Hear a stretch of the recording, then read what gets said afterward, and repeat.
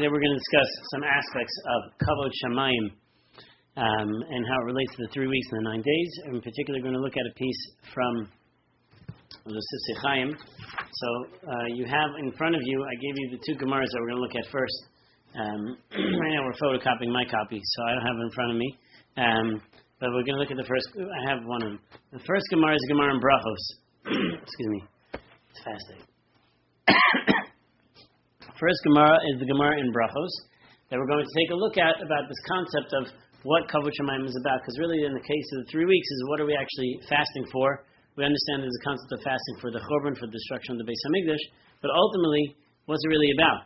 What is this concept that we need to understand? Like, for most of us, not having a Beis Hamikdash is okay because we pretty much lived with it or without it, and we don't really understand what it is to have it. So even if the Gemara tells us, or we know about many miracles that happened when that was around, we more or less get along our way. We kind of figure out what our days are like, and we don't really expect it. So it's very hard for us to actually imagine the concept of a Beis Hamikdash around us. But we're going to take a look first at the first Gemara. So what the first Gemara is going to tell us is about a certain element of avelus, a certain element of mourning that we experience during this time. Again, 3 weeks is supposed to be a period of avelus. So people ask the question, can I listen to music? You know, people get into halachic minds during this time. What can I listen to? How do I do this? What can I buy? What can I not buy? And we turn halachic as opposed to turning hashkafic, meaning turning inward to see the struggles that we have and what we're supposed to actually feel. What is an amazing thing is that Rabbi Wein tells us, he said over once about Yom HaShoah, he said, and I've repeated many times that he says, Yom HaShoah is unfortunately not a holiday that's going to last in society. And you can see already today, most people don't follow it. Many Jews are not following it. And one of the reasons why is because of the fact that there are no laws associated with it. There's no halacha associated with it. When Chazal institute a law, they associate it with when they institute a time of calamity or to commemorate, there's always halacha associated with it. When you don't have halacha associated with it, it's not something that's going to be kept for the future. So were they smart enough to create Yom HaShoah and they say then it's forbidden to do malacha or something else, then people would probably be able to keep to it over generations. But because they don't have it, it becomes something that just falls apart and people don't actually follow. So we get caught up in halacha because that's what we follow. We're also supposed to think about the avelus that we have, the mourning that we're supposed to experience, and therefore for us is to understand what does it mean to mourn for Yerushalayim, what does it mean to mourn for the Beis Hamikdash. So we'll start with the Gemara. The Gemara in Brachos tells us, you have in your front pages in Hebrew and English, I'm Rabbi Yossi. Is that how it starts? Yeah, is that how it starts? Yeah. I'm Rabbi Yossi. Pam achas eisim halach baderech. One time I was walking on the road, and I went into a ruin. It was a broken down building. Thank you. One of the ruins of Yerushalayim. I went to go daven there. So when I went to go into this abandoned ruin in Yerushalayim, I saw Eliyahu Hanavi. Ba Eliyahu Zachor Latov. Eliyahu Hanavi came. V'shamar Eliyahu Pesach. He's waiting by the door for me. Achi Siyamti Tfilasi. Until I finished davening. Lacha Siyamti Tfilasi. After I finished davening, he said to me, Shalom Alecha, Rabbi. He said, Shalom Alecha. V'amarti lo, and I said to him, Shalom Alecha, Rabbi Umori. V'amar li b'ni, mipnei ma nechnesa d'chor v'zu. My son, why are you going into this ruin? So I said to him, Amarti lo l'spala, I came in here to daven. V'amar li hay lecha l'spala b'derech. You should have been praying on the way, instead of in the ruin. V'amarti lo misyari hayisi. I was afraid, Shema yafsiku bi over maybe passerbys would interrupt me. You should have davened a shortened tefillah. So that's the first thing that he says.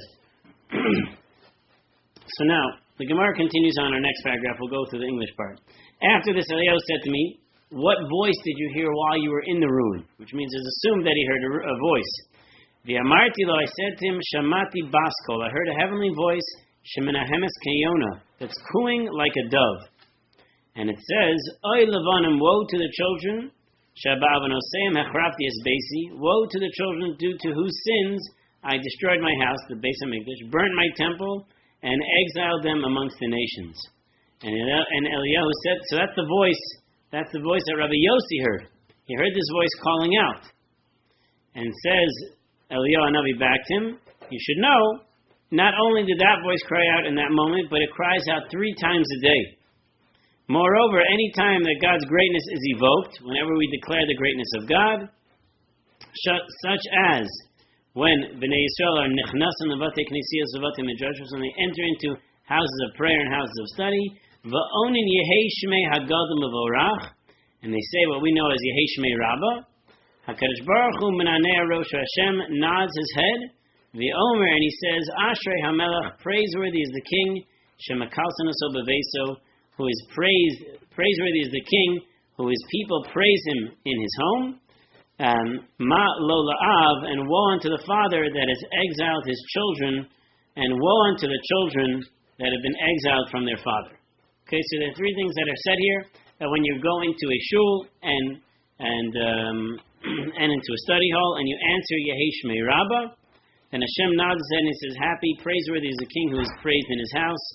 And then, how great is the pain of the father who exiled his children, and woe unto the children who are exiled from their father's table. So three things are said here again. Great is the king who is praised. How great is the pain of the father whose children have been exiled, and woe to the children who are exiled from the father's table. Look at the next Gemara, the Gemara in Sota 49. The Gemara tells us in Mem Tes Amud Aleph. A little smaller Gemara. From the day the base of Mikdash was destroyed, so there's no day, the Mishnah says there's no day that does not have calamity in it. Amar Rava explains, every day, each and every day is more cursed than the previous one. Okay, as it states in the book of Devarim, Boker Tomar Mitin, Erev Tomar Mitin Boker. So it says it in the Tochacha. In the morning you're going to say, who is going to give evening, I can't wait for night to come because I hate the day. And at nighttime you're going to say, I can't wait for the morning to come because I can't stand the night. Ilema Boker de Machar Miyada Mai Havi Ela Dechalaf. So if you turn over the page, it says, if we say that in the evening he will wish it would be the following morning, does he know what that's going to be? Rather, it must mean the morning that has passed. I wish for today, this morning was better than tonight. This is part of the Tochacha, because of the fact that it tells us that people they couldn't handle their days and their nights, every day was worse than the next. Not a very happy Gemara, but good time to read a not so happy Gemara. So the Gemara here says, so when the Beis HaMikdash was destroyed, so what happens? We look and he says that every day is a day that's cursed, and every day you wish it was yesterday. That's basically what the Gemara says. So the Gemara goes on and says, Ve'ela, Alma Maika Makaim, so then how does the world survive? If it's deteriorating in such a terrible way, how does the world survive? So it says, Akedusha de Sidra, Vayehesh Mei Rabba de Agadata. The world survives by two distinct prayers that we have. One prayer is known as Kedusha de Sidra. Kedusha de Sidra is known as the prayer that we say in Uvalat Zion. If you're familiar with the Uvalat Zion prayer, so in that Uvalat Zion prayer, we actually have a Kedusha that mimics the regular Kedusha that we say in Shemona Esrei, where we say Kadosh, Kadosh, Kadosh, Hashem Yimloch, Baruch Kavod. In that Kedusha, it mentions that Hashem's name should be blessed in this world and in the next world. And then the Gemara continues on to quote a verse in Eov.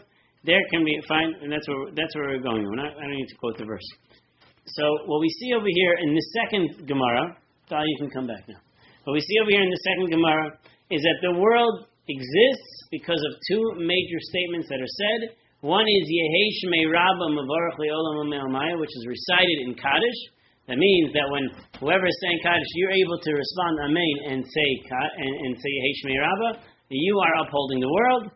And the second thing is when you recite the Yehei Shmei Rabbah that's said in the prayer of Uvalat Zion. Halachically, women technically do not need to say that prayer of Uvalat Zion, but it is a nice prayer right before it's right before Aleinu. So these are the two statements that we have.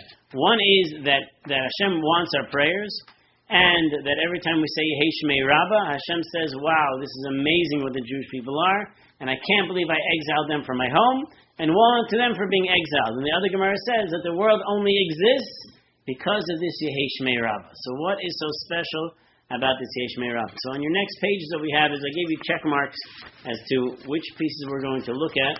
I wish I could have sheer smiled it and just cut out everything and taped it on, but it didn't work for me.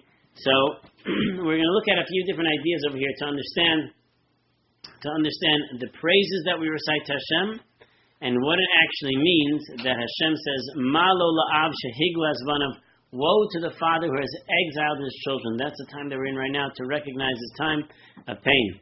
Va'olam labanim, and woe to the children who have been exiled from their father's table. So what we have is there's praise, and at the same time that there's praise, there's also sadness. We're praising Hashem. Hashem says, this is amazing, and I feel bad. So there's praise and sadness both at the same time. So we're going to take a look on your left side of the front page that you have over here on page Shin Aleph, where the Maharal is going to explain the value of what Yehei Shmei Rabbah is. The Maharal explains, Ki Hashevach Hazeh, this praise of Yehei Shmei Rabbah is the praise of the Jewish people. We are praised every time we say it. Kavod niskar mashal niskar b'shem shevach. In this praise, what we are saying is something that doesn't exist in any other praise. Why? Because what are we praising here? We're praising Hashem li'olam u'la'olmei olmaya. We're not just praising Hashem in this world, we're praising Hashem in all the worlds as well. B'chol ha'olamos, and all the worlds which actually include olam haba. Why? So, this is an important concept for those that were in a class with brachos with me. We went through this concept, but it's important to see it again over here. The word baruch, Yehei Shmei Rabbah mivorach. The word baruch does not mean praise, that most people think. Rather, the truth of baruch actually means tosefes v'ribo. It means an increase and multiplicity. Rav Chaim Avolozhin explains, whenever we praise Hashem, whenever we make a blessing towards Hashem, which means hakara mitzidenu, we are recognizing that God is a source of bracha. It's not enough that we just recognize that. As much as we recognize this, that is going to enable us to have a greater blessing of flow that comes from Hashem. When you recognize how great God is, that will create more blessings in your life. Every time you say a bracha, you're not just praising God, you're actually opening up a storehouse to receive more bracha that can happen within this world upon you. So what he says is a bracha is eino shevach lakadosh baruch hu. It's not simply a praise to Hashem. Elahi double underline bakasha l'shefa bracha. It is a request for more bracha. So when I say baruch on something, whatever it is, let's say I say a bracha on food, or I say a bracha on Torah, or I say a bracha on anything that I do, not only am I saying, Hashem, your praise for giving me this opportunity, for giving this to me, but I'm asking you to keep that flow coming to make it happen even more. That's the key of a bracha here, to make it happen even more. So therefore he says, Yehei Shmei Rabbah, mevorach le'olam ha'olmei almaya. What does it mean? It's not just simply that we're praising God, that you're praised beyond everything. It's way more than that. It is a prayer and request that God's name should be expanded and be open and be revealed to all the worlds. Now, we only know of our world, basically. We know there's somewhat of a spiritual world, but we understand that there's a concept that God's name should be praised throughout all those other worlds, and that should actually be experienced. The Maharal, in the next paragraph, adds the following. Therefore, lo matzinu b'chol hashvachim shemaschil b'yud ha'atid lomer Yehei Shmei Rabbah. We don't find the letter in any praise, a letter yud that exists. A yud is always represents something that's in the future. Yehei Shmei Rabbah, right? That it shall be. Right? When we say baruch, we don't say yivarach ata Hashem. We say baruch ata Hashem. So only in this prayer of Yehei Shmei Rabbah is something that's actually mentioning something that's in the future. Yud ha'asid mora al olam haba, it's referring to olam haba, the next world. As Chazal tells in Sanhedrin, az yashir Moshe, when it said then Moshe will sing, is not referring to something that he sang about, rather he will sing again in the future when the resurrection of the dead occurs. Moshe Rabbeinu remez b'shiraso at Gilui HaShalim. Moshe Rabbeinu hints when he says az yashir about the ultimate geula that will happen, the revelation that will only happen in the future. Kol zman sheyesh rabba olam, because as long as there is evil that exists in the world, there's going to be a lack of kavod Shamaim. Chaser b'karas gilui kavod Shamaim b'shleimus. So this is the key point that we have over here. The next key point is, as long as there is evil that exists in the world, God's manifestation of goodness and the revelation of goodness cannot be fully expressed by us. So even if we don't have a Beis Hamikdash, if you can recognize evil that exists within the world, pure evil, not just like having a bad day or someone yelling at you and the like, if you can recognize pure evil that exists within the world, then you are recognizing that God cannot have his manifestation of goodness that exists within the world. That's an important lesson for us. So whenever we find bad that actually happens, and we're bothered by that bad, what we're in essence saying is, I'm bothered by the fact that there's a lack of Giloi Shechina, that there is Hester Panim, that there's hiddenness that exists in the world. I'm bothered by that. That is us mourning for the lack of Kavod Shamaim. If you turn over your page, next page says over here, there's no numbers, no letters at the top to tell us the page number. The paragraph with the check mark. So it's titled Hashi'ifa Legiloi Kavod Shamaim Aidei Hakaras Chisaron Kavod Shamaim. When is it that we'll be able to recognize that we want to be able to see the greatness of Shamaim, that we want to be able to reveal Hashem within the world, and not just simply because we're inspired, but because of the fact that we see what's bad that's going in the world. That we understand and recognize Magadol Hu Hester Hapanim Babriya. When we recognize that there is a hiddenness of God that exists within the world in so many different areas, Kasher Shilton Hara Kayim V'Sholet Dvelim, when we see that evil has tremendous power that exists in the world, V'Shlitas Hara Mahava L'Chor Astir L'Kavod Shamayim, and this evil exists and contradicts the honor of heaven. Ukechol Shachashim Chisaron Kavod Shamayim Befall. This is the key line here, the last two lines. As much as we, as the individuals, able to sense and feel the lack of honor of heaven because of the evil that exists, the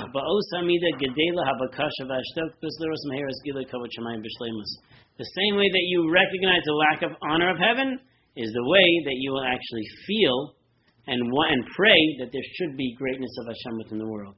So whenever you see bad, whenever you see sadness, whenever you see bad things that actually happen within the world, that is not just simply for us to feel bad, it is a prayer for us to say, Hashem, it can't be this way. We want to have you revealed within this world. That's what we have to see, which means any time of sadness or pain that we experience in this world is a moment for us to flip that into a prayer that says, Hashem, we don't feel your closeness. Hashem, we feel a lacking from you within this world. If you go to the next page, we are skipping. If you go to the next page, so the question. Why is it that like right before the 3 weeks, like during the 3 weeks, bad things happen? So I had this question for many years because I believe it used to be that bad things would happen when the 3 weeks started. And then over the last, I'd say, 10 years at least, you notice that things happen right before the 3 weeks actually begin. So I actually spoke about in Shul this week about the Chabad Rabbi Klein, who had a stroke and died at the age of 43, leaving 5 kids. And then in Virginia, Rabbi Bauman, 35, 5 kids also. Right? These are terrible experiences that Jewish people have to go through, and unfortunately, we hear a lot of these stories. Like every year, there's some other crazy story. You're just waiting. You're anticipating the story. You just don't know when it's going to be. So I saw. There's only one thing that I potentially saw is that although we see calamity begins from these 3 weeks, there might have been other things that experienced in the beginning of Tammuz. Earlier on in Tammuz, there might have been other things. Now I have to verify this Gemara. I saw it quoted somewhere else, so I have to verify this Gemara that there might have been things that started a little bit earlier. To me, sometimes maybe it's just a wake-up call for all of Klal Yisrael.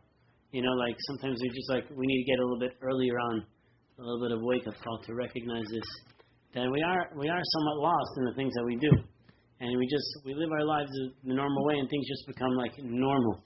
It's like it's a normal thing to have. It's like one of my pet peeves is, I'm not saying it's a pet peeve. One of my peeves, is like, the onslaught of fancy Kedushin, or the fanciest events that you see, where you have like deli hanging from like the rafters, and like, what? The donut wall. Well, donut walls already, like it's already old already, But some other shtick. It's like a food shtick.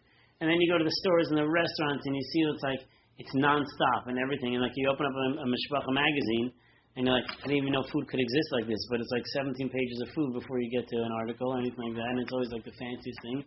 And it's like, this became what Shabbos and weddings were like. It's like, how can I do this, And like, I just wonder, like, this is what Hashem wants. Where it goes, Kavod Shabbos, the Kavod Shabbos, I forgot who quoted once, the first piece of kugel is the Kavod Shabbos.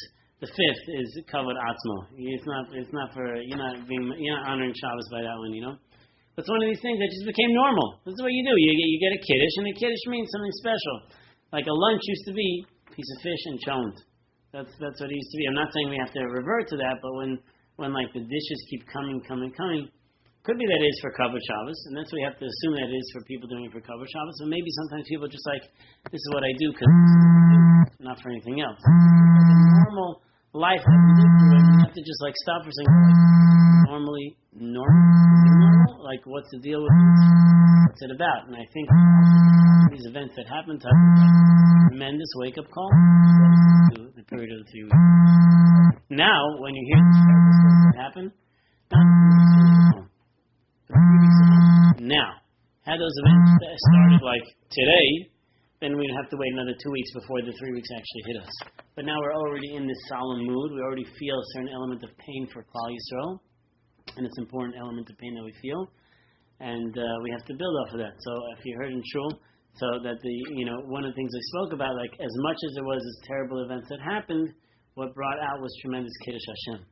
So if you saw the story that happened with Rabbi Bauman, right, that I think it was either the head of the Coast Guard there or the sheriff there who saw all these boats coming and everything and all these things happen in front of a small group of rabbis. He said, I don't know who you Jewish people are.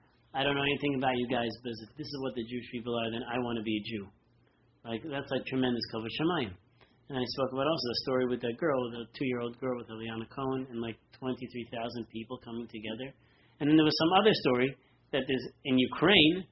And there's another story in Ukraine where this guy was driving with his family, and some car jumped into the middle of the road, and he ended up smashing that car, and the people in that car, the Ukrainians, had died, and instead of taking him to the hospital, they picked him up and threw him in prison. They threw him in prison, and they started another charity campaign where 4,000 people donated to get $200,000 to get him out of prison for Shabbos, and it's just like Klal Yisrael coming together in special ways. It's a remarkable thing. So within the calamity, we have to be able to look at the Kavod Shamaim that's happening from that. So let's go back to this point. Again, the key is that we don't necessarily know why it's starting. There might be a Gemara that I saw that some events might have happened earlier, but unfortunately, this is a wake-up call that says there is a lack of Kavod Shamaim. Klal Yisrael need to come together, and people need to see what a Jewish person is like, and say, I want to be a Jew. I want to say everything like that what the Jewish people do. So back to this Gemara. So the Gemara says over here, we're on the next page over there on the left side of the page. Knesset Yisrael mekalsam es HaKadosh Baruch Hu. This is the key to Yehei Shmei Rabbah. When the Jewish people praise Hashem and they say Yehei Shmei Rabbah, Sho'afim, they are desiring liros as giloi kavod shamayim b'shleimus. That what they're actually saying is, I want to be able to see the revelation of Hashem. I want to be able to feel God within this world and not have any more evil that exists. Zeu atzmo kvar tchilas giloi kavod shamayim. By just having the desire to bring Hashem more into the world, that itself is the beginning of the revelation of kavod shamayim, of the manifestation of the honor of heaven into the world. Shemakirim es chisaron kavod shamayim. Shemakirim es chisaron kavod shamayim b'bria. We recognize the lack of kavod shamayim that exists in the world. Lachein shoafim leros gila kavod shamayim. When we recognize it, that's when we desire it more. When we see the pain, that's when we can actually pray for it more. So only when we actually come to recognize is that give us the opportunity to be able to praise Hashem more and request Him more. And that could be part of the answer, like we said. Why are these bad things happening? The wake-up call. What's the wake-up call? Recognize that not everything's perfect. Recognize people and their families. Recognize difficulties. Recognize that there is no Kavod Shamayim. So we go into the next paragraph. Shiluv hasimcha v'atzar. How do we put these two things together that we're praising Hashem? Hashem appreciates, quote-unquote, whatever that means, the praise, and at the same time that we are also mourning destruction and the distance. La'or zeh. Understanding this, we can, to the light of this, we can understand the following: simchaso v'tzaro shel HaKadosh Baruch Hu. The joy and the pain that God has, quote unquote, again metaphorically, what that means, we can understand it together. When the Jewish people are going to praise Hashem by saying these words, Yehei Shmei Rabbah, mitzad echa HaKadosh Baruch Hu omer ashrei hamelech shemekalsenu. So on the one hand, that God says, praiseworthy or happy is the king who is being praised, and on the other side, it's a tsar gadol, it's great pain that he says, I can't believe woe unto the father who had to kick out his children, and woe unto the children who were thrown away from their father's table. Ki hasimcha v'atzar kashurim heim zeh bazeh. Simcha, happiness, or we'll call it joy, and pain are actually intertwined. Kesheklal Yisrael shoef, when the Jewish people desire and they aspire to be able to see the revelation of Kavod Shamaim, which is the Simcha of Hashem, that Hashem wants us to see Him in everything. That's ultimately our goal, to be able to see God in everything that exists. Shemargishan es achisaron, va'eder Kavod Shamaim bebriya, that we feel the lacking of Kavod Shamaim that exists in the world, and therefore that turns us to a moment of prayer. Im kain sheifu bakasha zu kamarhu atzmo tchilas kol Kavod Shamaim. And therefore, our desire and our request is the beginning, as we said before, of revelation of God's name within this world. V'kadosh Baruch Hu omer ashrei hamelech. So through the pain, will a person be able to see and sense the joy? Me'idach v'osa eis mis'orer gam tzar hashchina. The fact that we're praising Hashem, Hashem, I see you in everything, it's amazing that we do. Remember, it's very easy for us to praise Hashem when we're saved from something bad. It's more important for us to be able to see Hashem in the good things, and all the things that exist. For you to be able to sit on a couch or a chair and say, wow, thank you Hashem for this opportunity to sit on this chair. An amazing thing. But most of us within our lives, what we do is we experience bad, and through the bad we then are able to sense Hashem, we're the closest to Hashem. And that's when Hashem says thank you for the praise, but at the same time, that's the recognition that you are actually distant from me. We don't feel that ultimate connection that we have. And therefore we say, Oy lamelech, woe unto the king that has thrown his kids out, and woe to the children who are been thrown out. So let us turn to the next page. The next page is Shindal. Yeah? 104. So on the bottom of the page. So we explained the first check mark over there. Chazal tell us, when the Beis Hamikdash is destroyed, each day gets worse, but the world survives through Kedusha the Sidra and Yehi Shmei Rabbah. The world survives through the prayer of the Volotzion prayer that has Kedusha the Sidra and Yehi Shmei Rabbah. So the next paragraph, the Maharal explains, Ki ha'olam hazeh hu mekabel min ha'olam ha'elyon. This world that we exist in does not exist in a vacuum. It's actually receiving great powers from the upper spiritual world. This world exists to the spiritual world that exists above. We are on page Shin Daled, on the bottom of the page, on the right side. Second check mark. Do you see it? Okay. So what he explains is, this world is only existing because it receives the spiritual power from the upper world. Ki kasher bato Beis Hamikdash, when the Beis Hamikdash was destroyed, shal yado haisa bracha bal olam. Through the Beis Hamikdash, there was blessing that existed within the world. Aval adayin lo bato davar zeh sha'olam hazeh mekabel min ha'olam elyon. So even though bracha, the ultimate level of bracha, has stopped,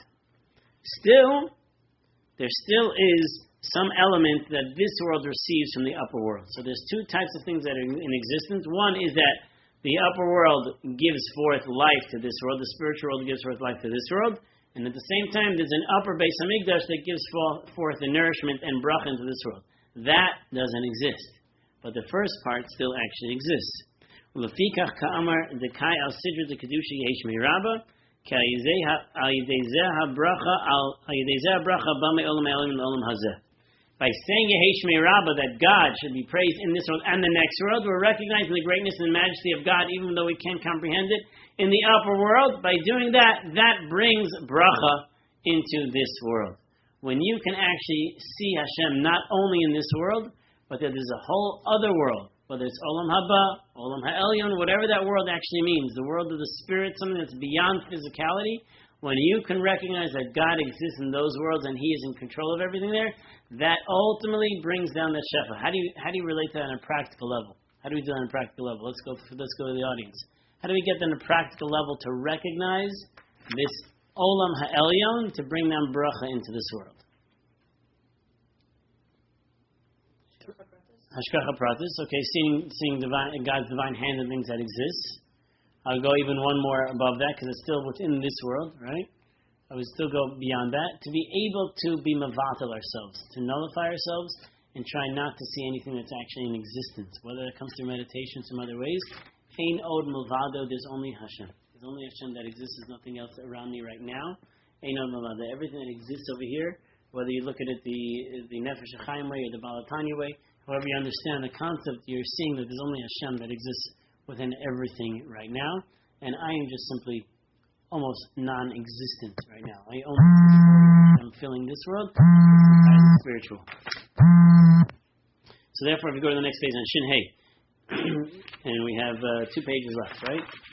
So he explains as follows: Ayidei avodas Beis Hamikdash. When you understand what it was like in the Beis Hamikdash, V'Ichud Kol Chelkei Abriya, bringing all aspects of creation together in being able to serve Hashem. For most of us now, the way we serve Hashem is we do the best that we can. There's no question. Within the brachos that we say on food, within the tefillos that we say, within the learning that we do, within the way we dress, within the way we talk, the way we act in certain ways, that in essence is the way we're trying to bring unification of Hashem's name, everything that we can try to do within our world. So what he says over here, if you understand what the Beis Hamikdash was and Korbanos were like, then you will understand that the concept of a Korban, domain, is something which doesn't move, like a rock. How does that work? A melach, salt is put on the Beis Hamikdash. Tzomeach, that which grows, menachos unesachim. So you have wine, libations, you have flour. Those are the next level of those things that exist. Chai, animals and birds. Betziruf hamedaber, with the connection of that which speaks, is avodas kohanim, the kohanim. Himshichu v'nesnos hashav v'kim lebriya. Ultimately, what a korban is, and the entire process of a korban, is us bringing all aspects of physicality that exists in this world to be able to praise Hashem. That's really what it's all about. So, which means we take the 4 different levels of domain, that which doesn't move, tzomeach, that which grows, chai, that which has life force, and medaber, that which exists on a higher spiritual level of being able to speak. That is the essence of what a korban is about. So when we understand what a korban in the Beis Hamikdash is about, it's not just simply something that's related to like offering a sacrifice. It's bringing all of creation together into this elevated experience. However, when you have the destruction of the Beis Hamikdash, what was destroyed was this pipeline that comes down that gives life and vitality to the world. Every day there's greater curse that exists in the world. The only thing we don't have a Beis Hamikdash that actually brings down this light of Shefa, this divine flow that creates more goodness within the world. Again, we don't have it, so it's hard for us to imagine what it's like to not actually have it. But for us, what he's explaining to us is the essence of a korban actually brings all of creation together. So we don't have a disjointed life that we live like we do today. So therefore he says, Kiyum Habriya, he al cheshbon asid lava. When we talk about wanting a Beis Hamikdash, when we talk about the next world, he's talking about the future. This world receives the great life itself from the upper spiritual worlds, so that in the future can be served, and that is Gilo Shamaim b'shleimus. So when does this happen? Go to the next paragraph. Emasai. When do we have it? When the human being, when the individual can feel that they want to be able to see God's hand and God's mastery within the world, as ayidei she'ifazu keshurim umeuchadim gam ata begilui kol shamayim. When you have that desire, you are now taking a part of revealing Hashem's majesty within this world. So if you go to the last paragraph of the top paragraph, there's an aleph and a beis there. So what we see over here, there's one. When we have a desire for God's name to be recognized in the world, okay, meaning we have it that the Gemara tells us from the time of Boaz, they initially instituted that when you greeted people, you would mention Hashem's name. You would mention Hashem's name. That has been, obviously, that we don't have that anymore, because it used to be when you greet someone, you'd say, Yivarech Hashem. You know, how are you? Yivarech Hashem. Right? That's how you greet someone. But now we don't do it anymore, because people were just using Hashem's name flippantly. But the goal was that every time you greet someone or see someone, you mention Hashem's name, you're seeing that God exists in the world, everything that happens within our world. So we don't do that nowadays, but what we can do is have a desire to be able to see God's hand in everything, like Chaim mentioned, to be able to see the hashgacha pratis that exists, but it's also to be able to tell people or mention to people about Hashem's existence in the world, seeing all the wonders. You go outside and you say, wow, what a beautiful sky, thank you Hashem. Hashem gave us such a beautiful weather today. It's amazing. If you know what's going on in New York, it's like, wow, this is amazing for us, right? And the second thing is, by number one, having the desire, you're creating Kavod Shamaim, and number two, God will give forth a greater shefa, greater bracha to us within this world. So therefore, on the last paragraph of this page, the zechus of kiyum hayichudu al cheshbon asa. This is about the future. When you're saying Yehei Shmei Rabbah, you're actually talking about the future. You're not just talking about your life right now, you're talking about the future. Anyone that says Yehei Shmei Rabbah, korin lo gzar din shel shivim shana. So the Gemara in Shabbos says, when you say Yehei Shmei Rabbah kol kocho, which either means yelling, or really doesn't, it means with all your heart, then and if you had a negative decree of 70 years, that would be torn up. Because of the fact that you want to be able to see God's majesty within the world, you're not happy with the way there's a hiddenness of God, so God says, you know what? You have purpose in this world. You have great purpose. Anything bad that's supposed to happen to you, I'm willing to rip it up. That's technically considered the halachic length of time of a person that's in the world. Okay,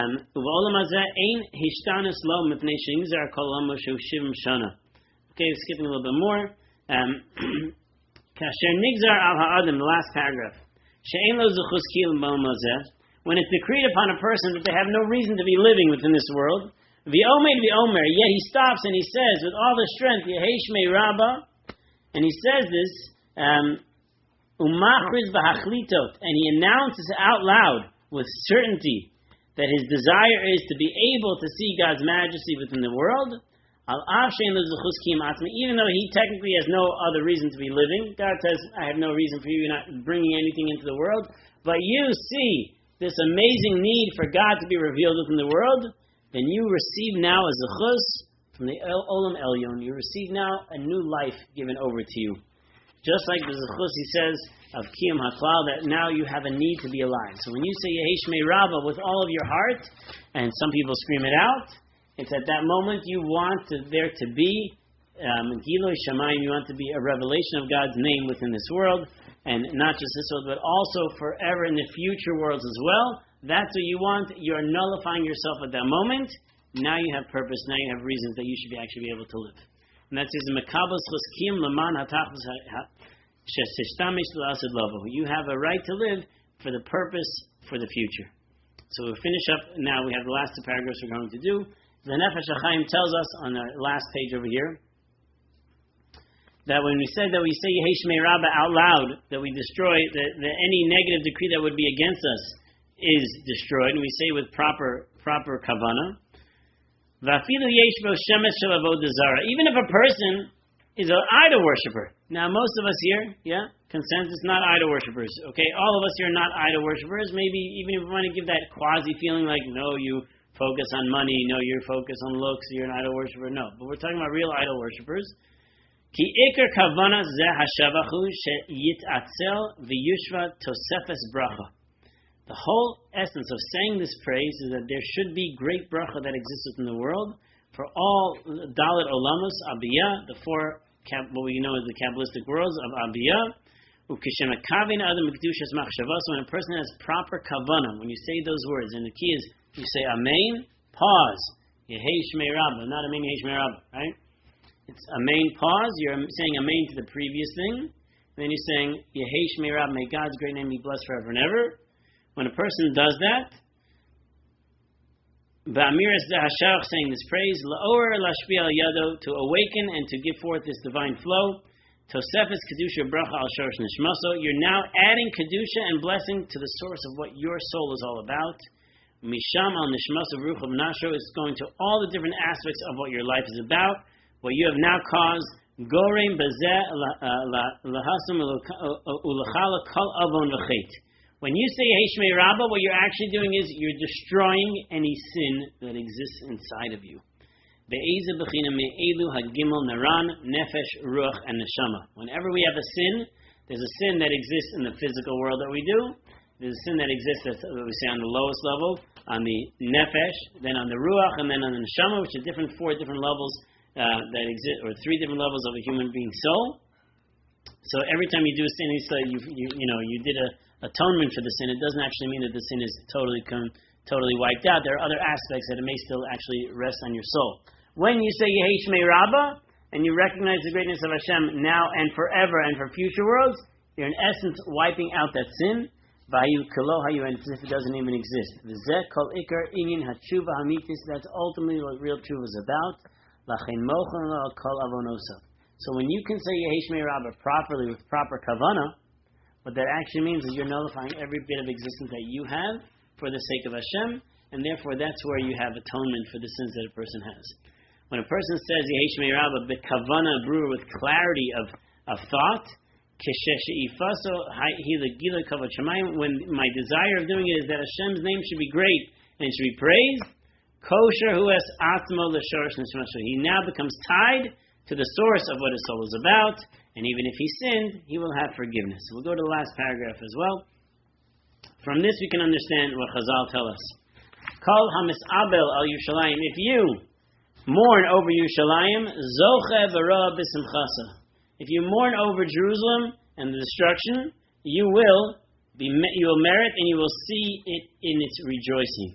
That's the Gemara. So here it's the famous question. It doesn't say Yizkeh v'yireh. It doesn't say you will be able to see it. It is if you mourn, you are seeing it right now. Not that you will, because everyone's like, well, I mourned, and the base of Mikdash wasn't rebuilt in my time. What's the story over here? When am I going to see it? Right? So Ela kfar achshav zocha v'ra. If you can truly mourn, if you can feel bad for the existence of things that happen within the world, just to give you a few examples. Number one, you can say, the fact that the Jewish people are a minority. Okay, well, there's anti-Semitism. Okay, that's terrible things. Just look at the state of the Jewish people that we deal with right now.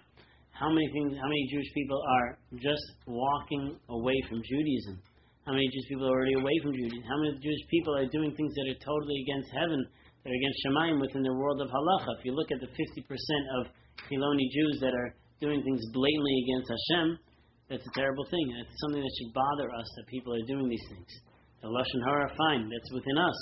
But the people that are just not keeping any of the mitzvahs because they don't want to, and they're brazen against it, it's something that should cause us a little bit of pain.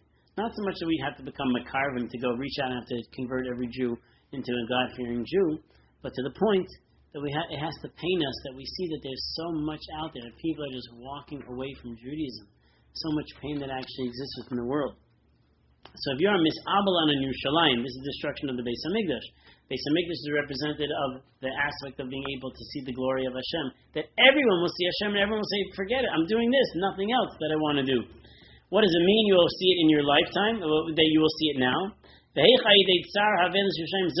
could it be by me feeling the pain, I will see the rejoicing of Yerushalayim? So he explains, by mourning for Jerusalem, what are we mourning for? Not necessarily the buildings. What we're mourning for is the fact that God's name is not clear to people in the world. People don't see Hashem in this world. They don't sense the goodness of Hashem. They don't see the majesty. They don't see the mitzvahs of Hashem. They don't see all these things that Hashem commands us. When you feel that, and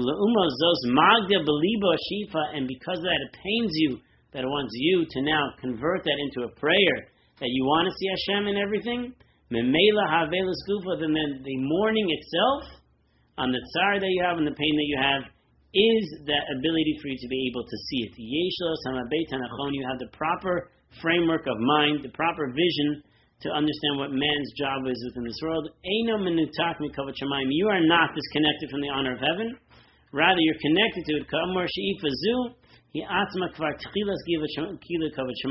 having this desire to want to be able to see more people connected, to want to be able to see more of Hashem within this world, then you are now taking part of the Geula. You are taking part of the redemption.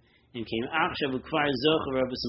are already seeing the redemptive state of Yerushalayim and of Kavod Shamaim. So ultimately our goal is to be able to recognize the lack of Kavod Shamaim, the lack of honor that exists in heaven.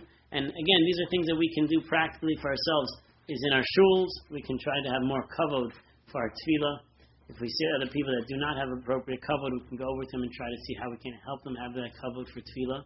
That's in shuls, in the world, in the way we eat, in the way we speak, in the way we make brachos. Right? You see someone about to make a bracha and they're going to blurt it out. You go, wait, can you just say something? I want to be able to say amen, so I can elevate Hashem's name here. They're going to look at you like, relax, But if you do that, it gives you a little bit of framework to stop and be able to have them say the bracha. They're going to be a totally different bracha. Or, can you do me a favor? Can you come over here? I want to say a bracha on something so you can say amen. Because I want you to be able to magnify Kavod Shamaim? Can you do that for me? Can you help me out here? They sound like things that we wouldn't necessarily ask people, but these are ways that we can create a greater level of Kavod Shamaim. So during these 3 weeks, we work on our relationships with others and trying to figure out how we don't get as hurt as we usually would get hurt from other people. We try to be able to have that lack of sinas chinam, that avas chinam, which is not easy for us to necessarily do, but to be able to interact with others. But ultimately our goal is to be able to bring Hashem into this world so that everyone will be able to see Hashem, Jew, non-Jew alike, and even us to be able to see Hashem on a greater level. That's ultimately our goal. Thank you for coming. We'll stop over here. Any questions?